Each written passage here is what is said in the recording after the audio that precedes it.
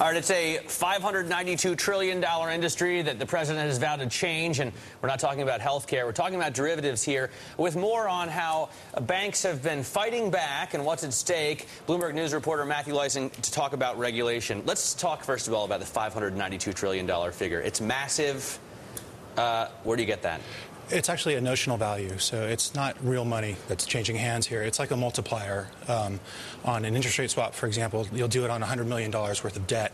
That $100 million doesn't change hands, but as the interest rates change, the payments based on that $100 million changes. So it's still, though, a huge number when you look at how much banks are making on this as far as trading revenue is concerned. That's right. We put it together at somewhere near $35 billion this year for the top 5 commercial U.S. banks. So we're talking J.P. Morgan, we're talking all your usual suspects. Goldman, Bank of America, Morgan Stanley, and Citi. What are we seeing as far as the regulation that these banks are going to have to fight against? And a lot of it, by the way, is behind closed doors, so it's not the kind of thing that you read about a lot. That's true. We're at the point now where the Congress has the legislation. The Obama administration sent it up earlier this month. The lobbying so far will now be in front of the Financial Services Committee. Right. What the banking industry really wants to avoid is having this stuff go on an exchange, because that cuts them out of executing the trades, and that's where they make all their money. All right. What's likely to happen? I mean, are you hearing anything, Matt, in terms of the talk so far? That's a good question. It's a little early. The banks have already had a cut at kind of getting what they wanted in there early in the process back in February. It's gotten, at every step, the administration has gotten more stringent and more stringent. So they've got a bit of momentum on their side. But and they're lobbying hard, correct?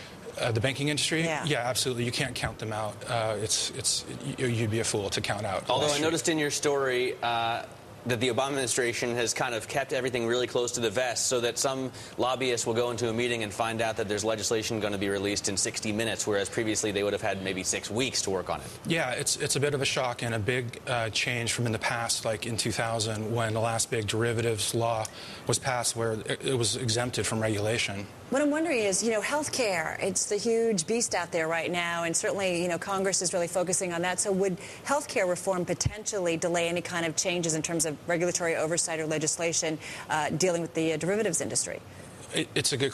I think it's fair to say it might. It's a very complicated issue. Not a lot of congressmen or Congress people are up to speed on the ins and outs here. So there's a lot of education that has to go on. They're talking about regulating this industry for the first time in 30 years. Do you feel like, or do people feel like lawmakers really understand it? No, I'm serious. Ever?